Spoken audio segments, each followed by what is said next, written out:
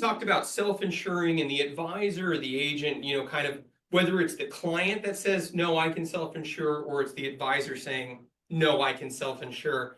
Either way, you're arriving at the same piece.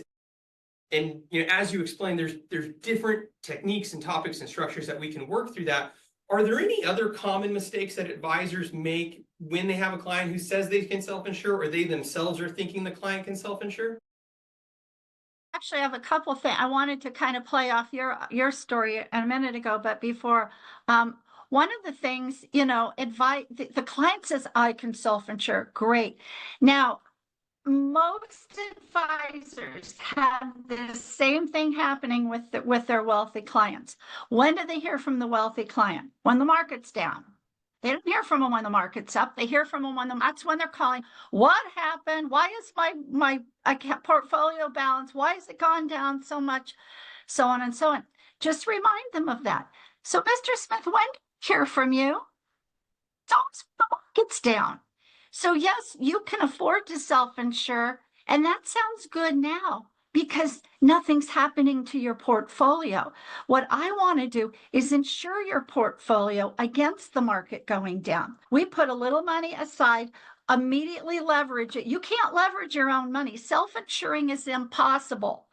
The definition of insurance, at least one of them, is the immediate leverage of $1 done by an insurance company. You can't do that with your own money. So what I want to do is take a little bit of your money. We're going to immediately leverage into this nice big pool of money off to the side, not tied to the market, ready to go, insuring your portfolio against having to touch it if a long-term care event occurs.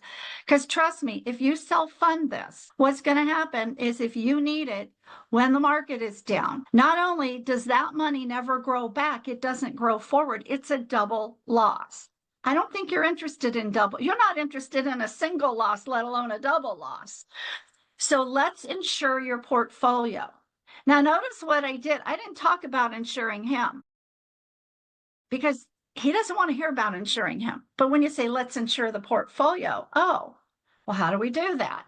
Well, we buy you this policy, and that's how we're going to, so you kind of want to take the person out of it, kind of put the person off to the side a little bit, focus on the portfolio. We're insuring the portfolio. And then you can even go further, if they're still pushing back a little bit, then say, okay, let me put it to you this way. You want to self-insure. I want you to self-assure. So what do I mean by that? Well, let's keep the numbers real easy here so we can do them in our head. But you're going to take $100,000 and put it in a fairly safe investment so you can't lose money, and that sounds good. And it'll grow slowly, and that's fine. And when you need long-term care, you'll go get that money. The problem is, and it's cash, and you can use it however you want, but the problem is when you run out of money, what's going to happen? We're back to the original problem. We're going to your portfolio, maybe in an inopportune time. So what I want to do is create a stop loss situation for you. Now notice I use the term stop loss. Clients love that term. If stop loss means I can't lose too much. What we're going to do is take that same $100,000, put it into this cash indemnity care matters policy, immediately leverage it into this nice pot of money off to the side, not tied to the market. And if you need a long-term care event, you're going to go get that money. Now, the first $100,000 they pay you is your money. That's great.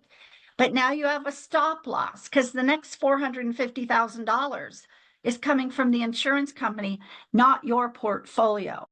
That's why you pay me. You pay me to make sure that I am preserving and growing your portfolio, and this is how we do it.